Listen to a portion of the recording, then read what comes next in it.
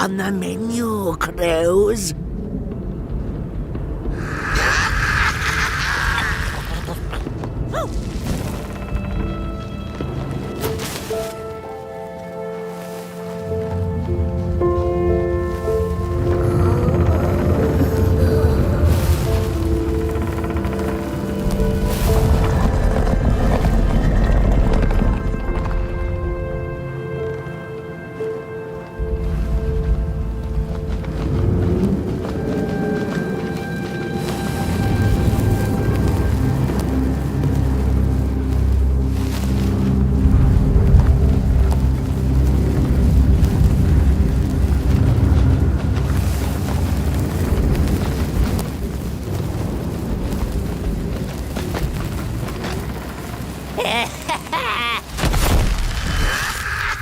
I see you. Not to crawl closer, Moonbird.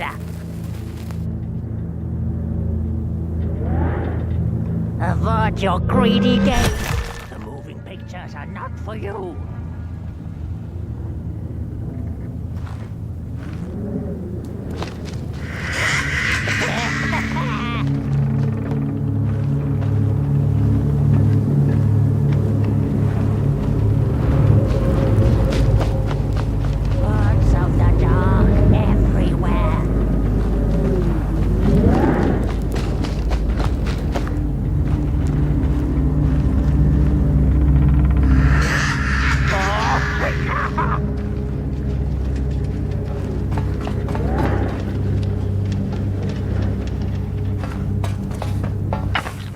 I see you. Not to crawl closer, Moonbird. What are you tinkering with?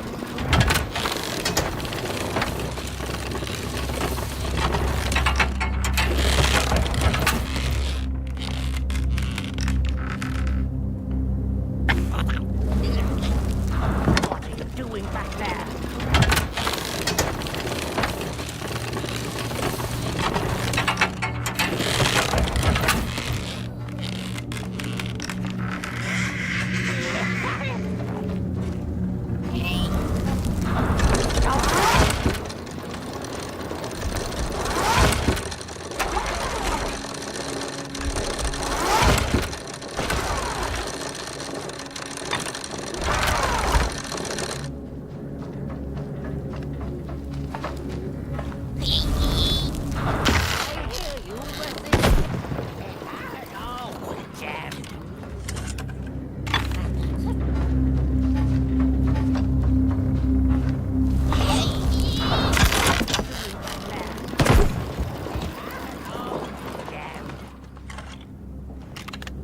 I see you.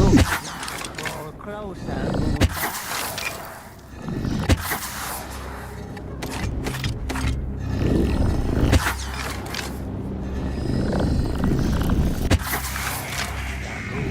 Pictures are not for you.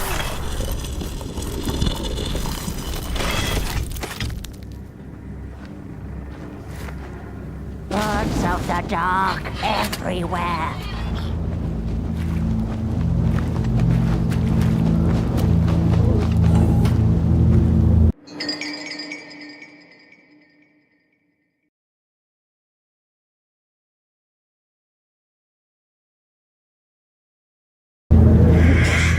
Liar, liar, eyes on fire.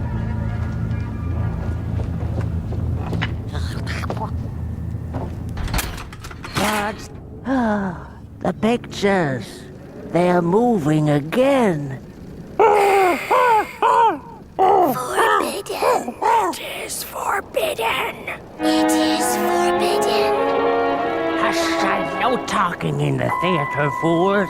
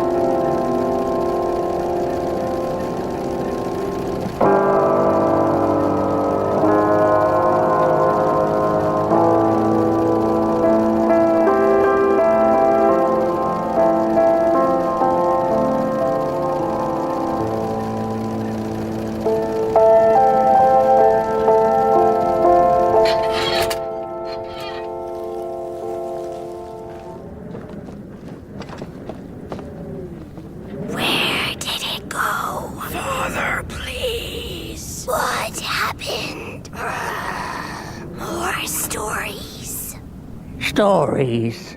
How I cherish them. Real as clay, as palpable as the midnight air. All we have left once the dark has taken the last campfire from us. The projectors tell a story of failure. The craftsman projects it onto his creations. He keeps building without love for his craft. He needs to see it. Well, yours might not be a movie I would watch, but a story is a story.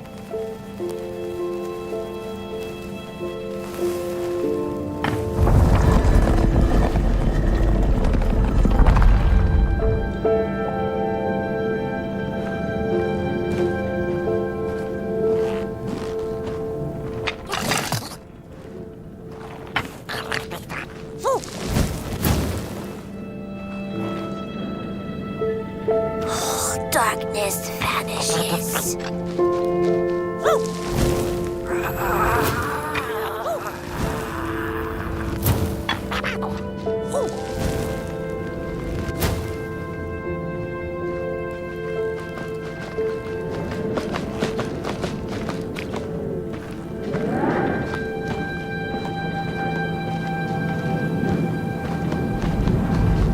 The potter, stuck in the sinking clay in which he had dug so greedily, spoke his final verse. Here was I born, and here I lived. My refuge was the clay, and now the clay has played me false in a most grievous way.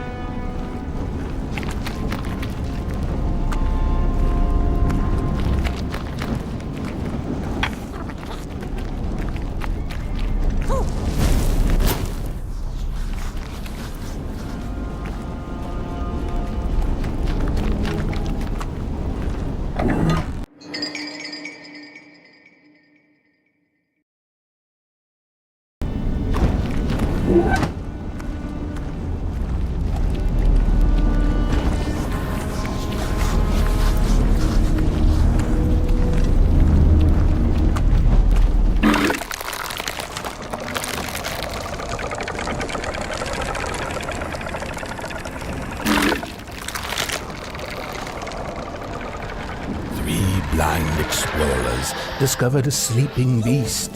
Each of them touched it and described it to one another. Its skin is coarse, said one. No, its ears are big, exclaimed another. The teeth are its most prominent feature, declared the third.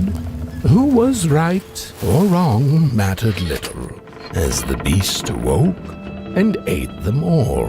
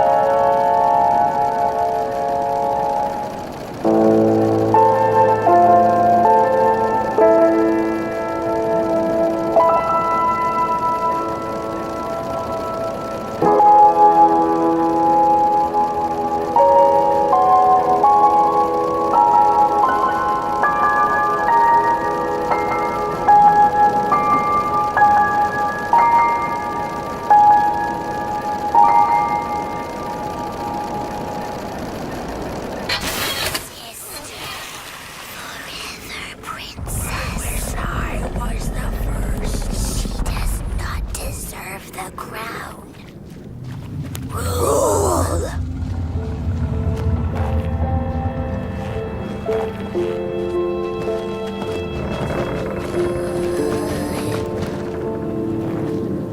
Careful. The dark sees you.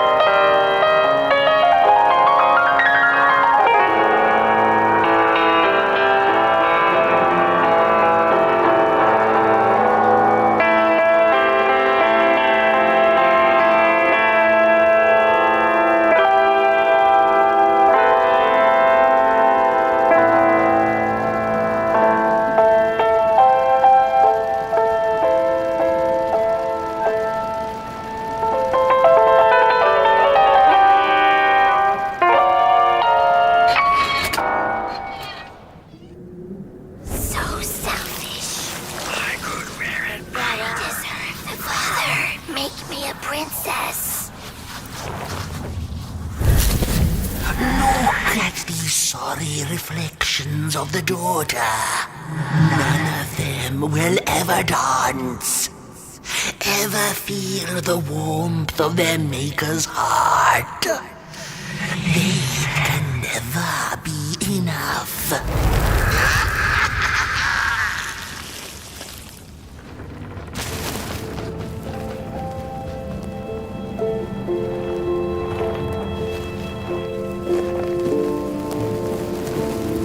After years of searching for her son, the weaver was convinced she had lost him to the dark.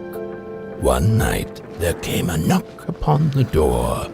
"It's your son," said a voice. "Please let me in." Thinking this was some cruel spirit come to mock her grief, she remained silent until her son gave up and left, never to return again.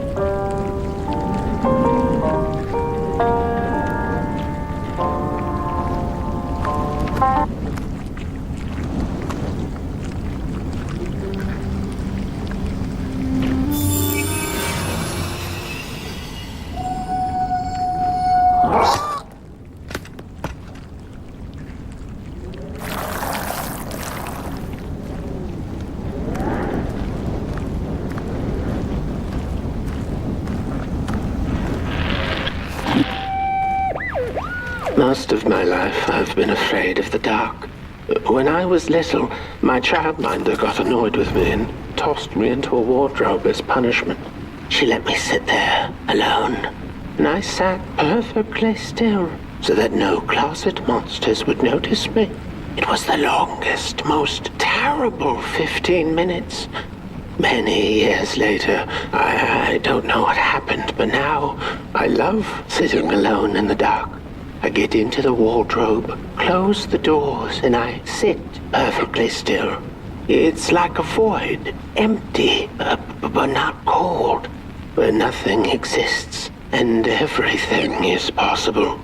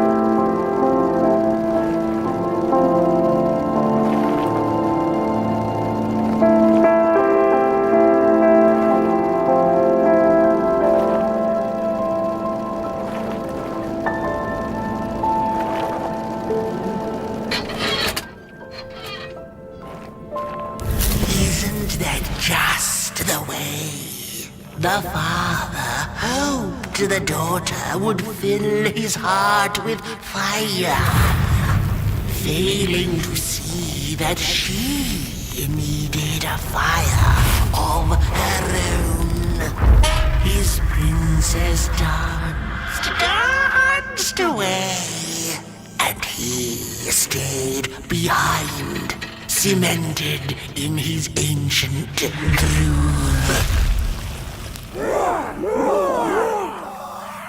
The heart is a bottomless pit, never sated, always craving for more.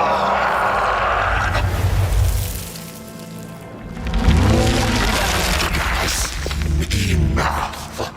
Keep on walking the midnight walking. Don't run all the way to your infernal doom. She will be there to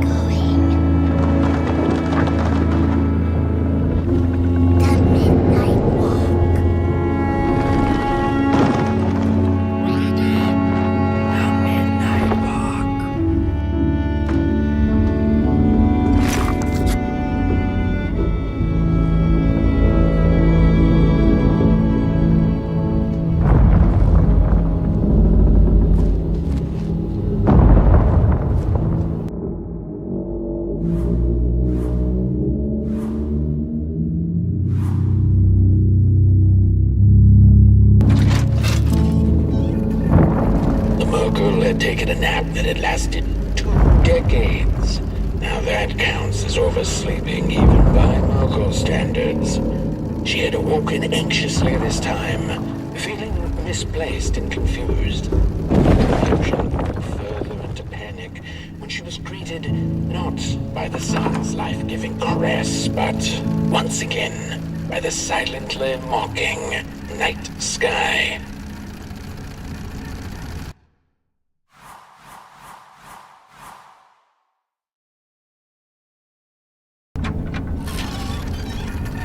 There was one star out that night, and it glowed a cold red.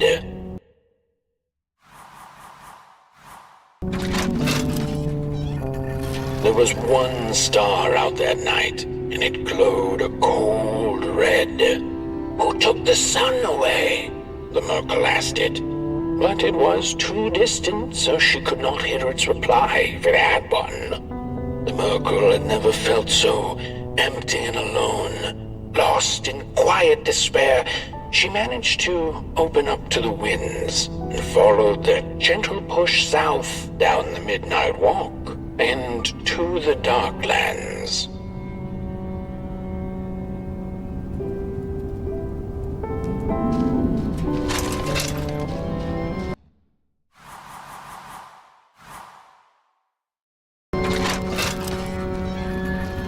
Along the walk, she met the old soul fisher with whom she'd shared many a teacup in her days. Is that the Merkel I see? Another decade, another teacup, eh? He chuckled, but the Merkel sure wasn't in the mood to discuss teacups. Who took the sun away, soul fisher? Surely it wasn't caught by your hook? After pondering for a good minute, the soul fisher answered, well, there have been whispers among the fish and corals about a loathsome, hungry Mulgrim roaming the swamps. Perhaps it knows. By the time the soul fisher looked up from under his big hat, the Merkel had already continued down the road.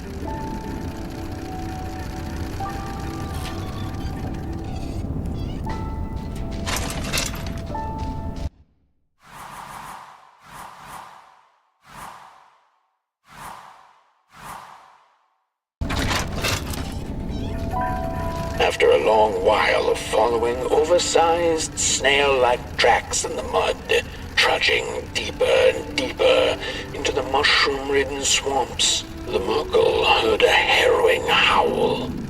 Up on a hill stood a looming figure, dark and still in the quiet of the night. Lo and behold, the Mulgrim, she thought to herself in slack-jawed awe. She greeted the creature with a quivering voice and, unable to restrain herself, asked, "Do you know who took the sun away?"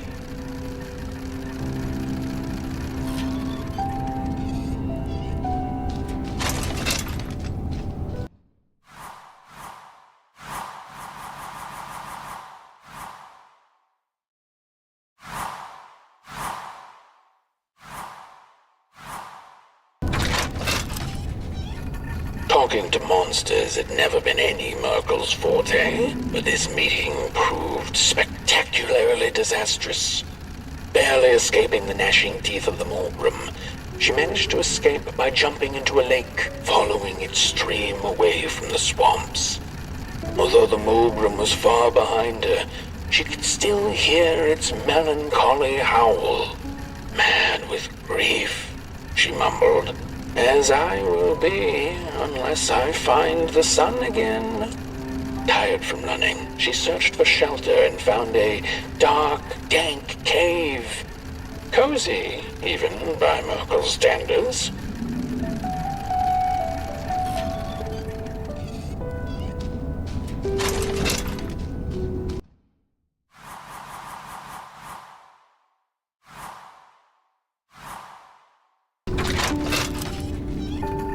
The wind blew cold in the cave, its whispers strangely soothing to the Merkel.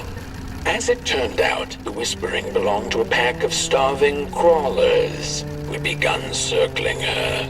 Their language known only to the dark itself. What are you searching for, little limb tree? They sounded in guttural unison. These are dark days, and your kind does not belong anymore. The Muggle gathered her courage. I am looking for the sun. I know you crawlers eat fire for dinner. Did you eat it? They sniffed her lantern hungrily, and instinctively, she offered its flame to them.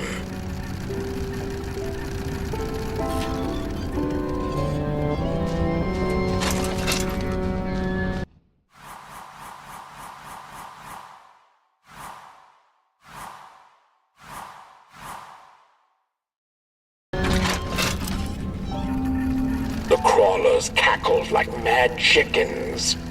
Keep your fire, Clayling. Take it to the dark itself. Mayhaps there you shall find answers.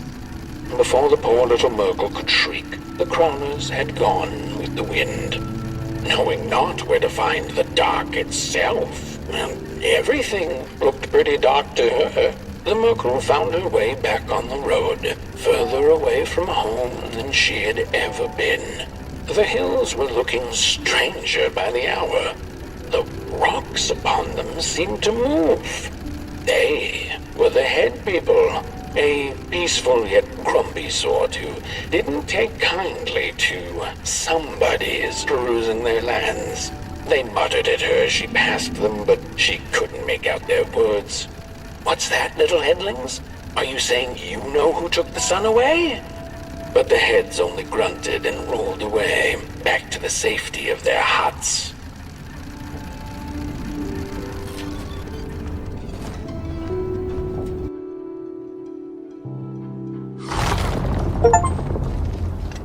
The Wanderer asked the craftsman, "How do you make such perfect sculptures?" To which he replied, "Oh, there's nothing to it, really. I go into the dark woods. I find the sculpture already waiting inside a tree. And then it's just a matter of carving it out."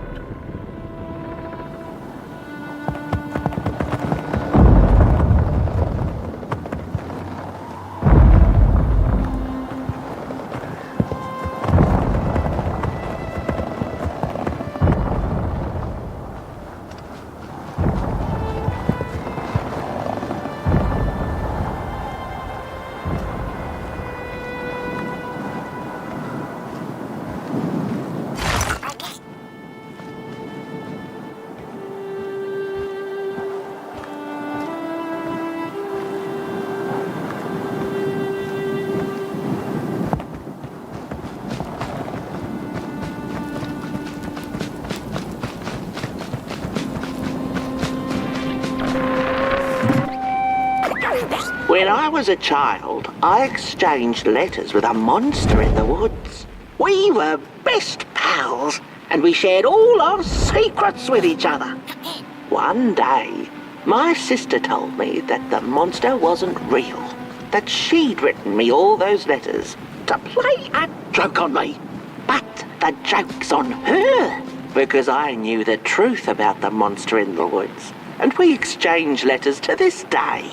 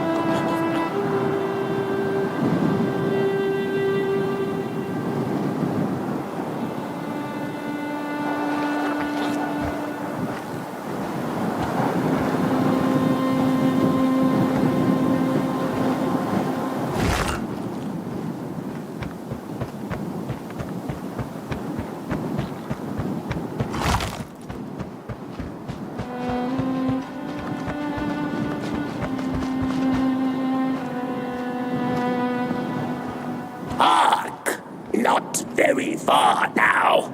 Not very far. The flame longs to be free.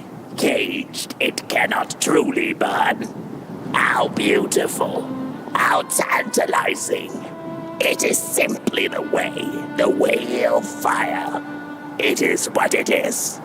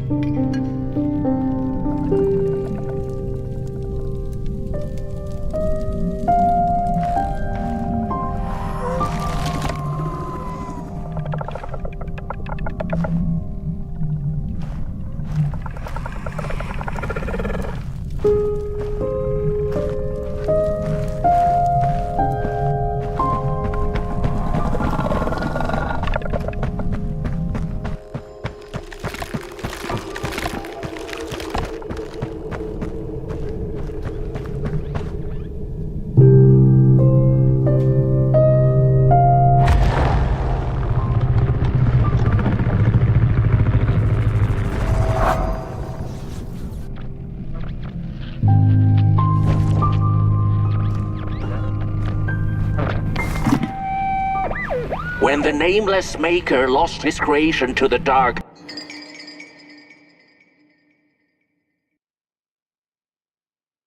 he went back to the great drawing board. In his desperation to regain control, he made an attempt to sculpt the face of the dark itself, something he thought he'd glimpsed in his nightmares.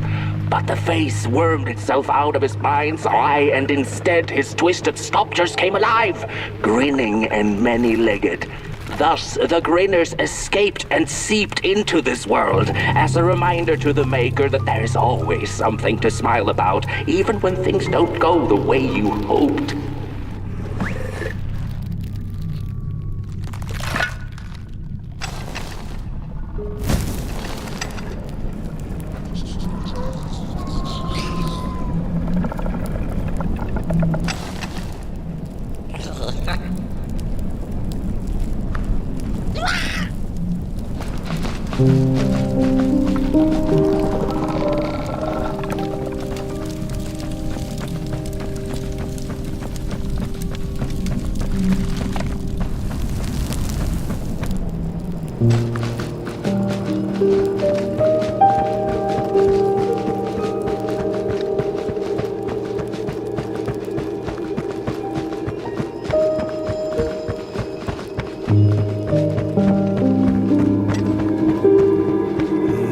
Whoa there! You look like you're about to move a mountain. That's what I get for trying to get in the way of a flame and its destination. Let him walk his walk. Ain't nothing gonna stop him now, looks like. Fare thee well now, Burnt One. You're going to Moon Mountain, and that walk is for you alone. You have a tough decision ahead of you to make, just like the ones who came before. But they're all long gone. In the end, all there's left to follow is your own heart.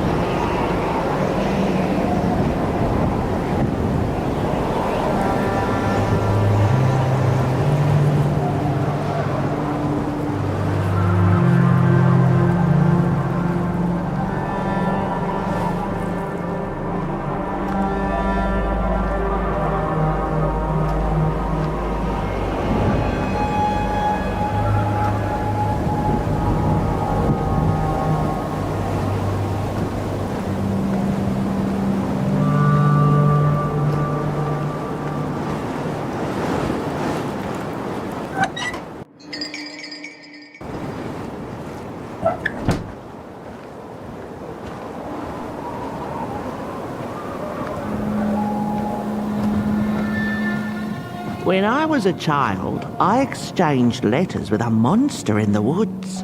We were best pals, and we shared all our secrets with each other.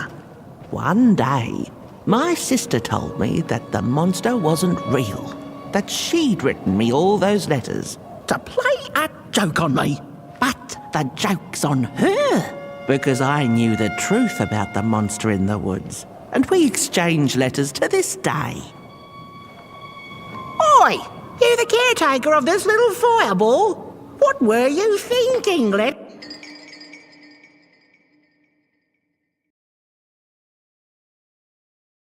Him run off! Don't you know how precious he is? Oh, yes you are! A real sunbeam! Who took the sun away? We Merkles used to ask until it finally ceased to matter. Night skies like these, trouble seems so far away, doesn't it? I mean, isn't this just exactly my point? I used to be afraid of the dark, so much so that I became obsessed with these huge electric lamps left behind by the craftsmen of old. Couldn't pry myself away from them. I'd sleep outdoors and under their blinding radiance. One day, I woke up to the noise of quivering planks and nails. And would you believe it was my own house leaving me? It had gotten so restless it grew a pair of legs, took a name and went on a hike. Housey was its name, bless its soul. Houses have no imagination. But I bet it had a grander adventure than I could ever imagine.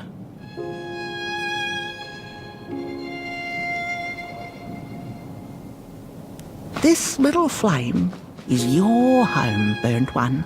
Keep him nurtured and safe, and you'll always find yourself in the right place. Through the rain, in the dark, and over Moon Mountain. Look at those stars burning like so many candle lights.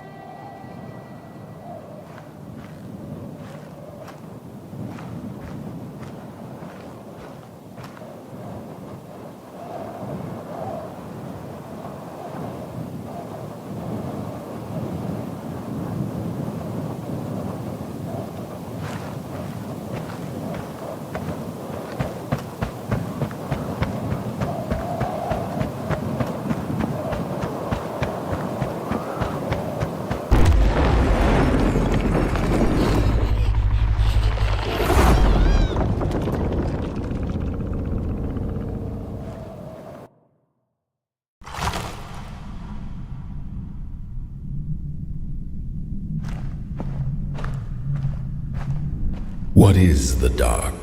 Is it ugly and cruel?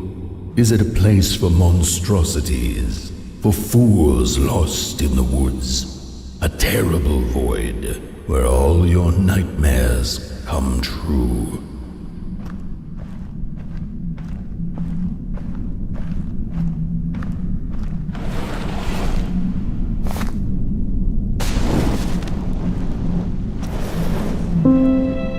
The dark could be a friend, perhaps a space where we might find each other, all of us equal under its cloak.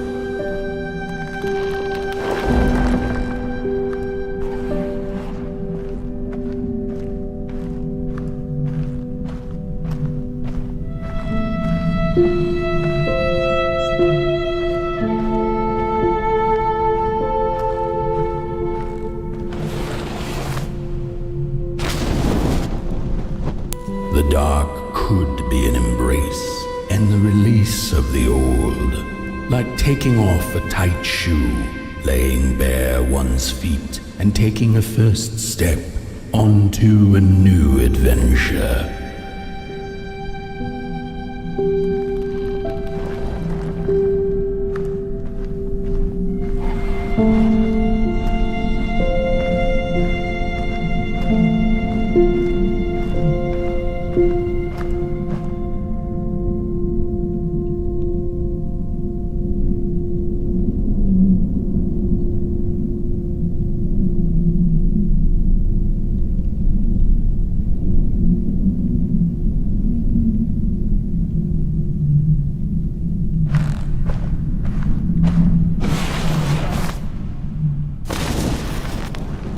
The dark could be a moment of clarity and calm, a break through icy clouds and the shameful stories we tell ourselves that fetter us to the clay and mud.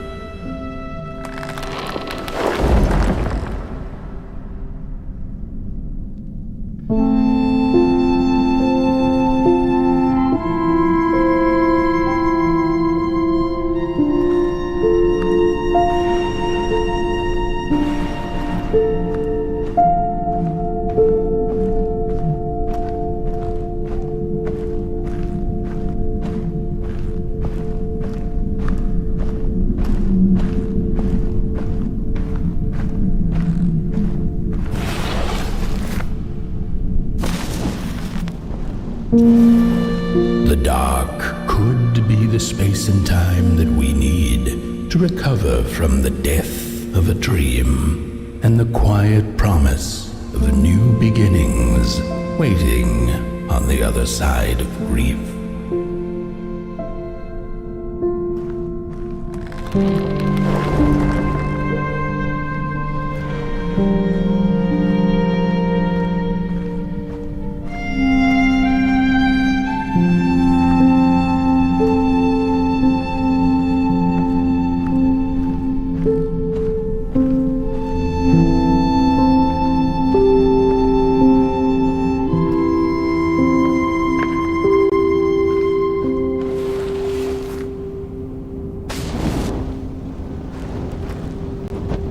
In the end, the dark remains a mystery, its secrets locked away behind the stars. But one can rest assured that it is always there, watching, patiently waiting for us to enter it, with fire in our hearts and with eyes wide open.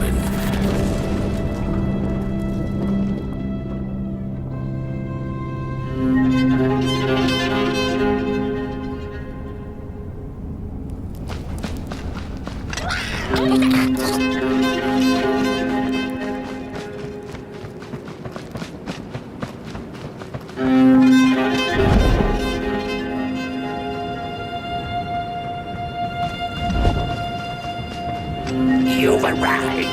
Hark! Your fire is dying, but the last embers will light the final fireplace and send your potboy home.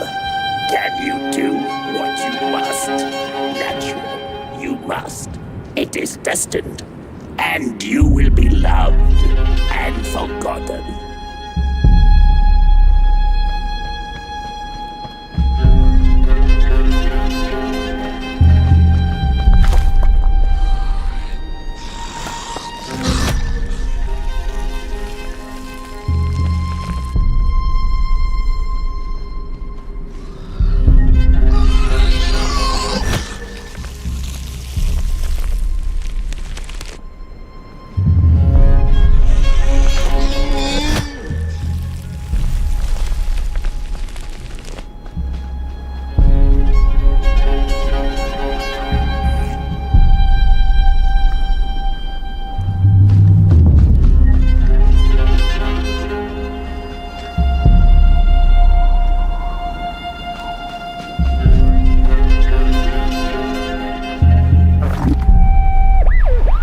The first two-legged beings did prosper under the first sun, but it didn't matter how much they bathed in its light. They craved more. They sought to cage the sun, harness its power, and make it theirs. But the makers in their foresight had put the sun far, far away, so far that no creature could reach it. That's why, in their desperation, the two-legged ones began to collect matches, lighting them like minuscule suns of their own. But there are only so many matches in this world, and one day they'll run out, and they shall once again look to the sun.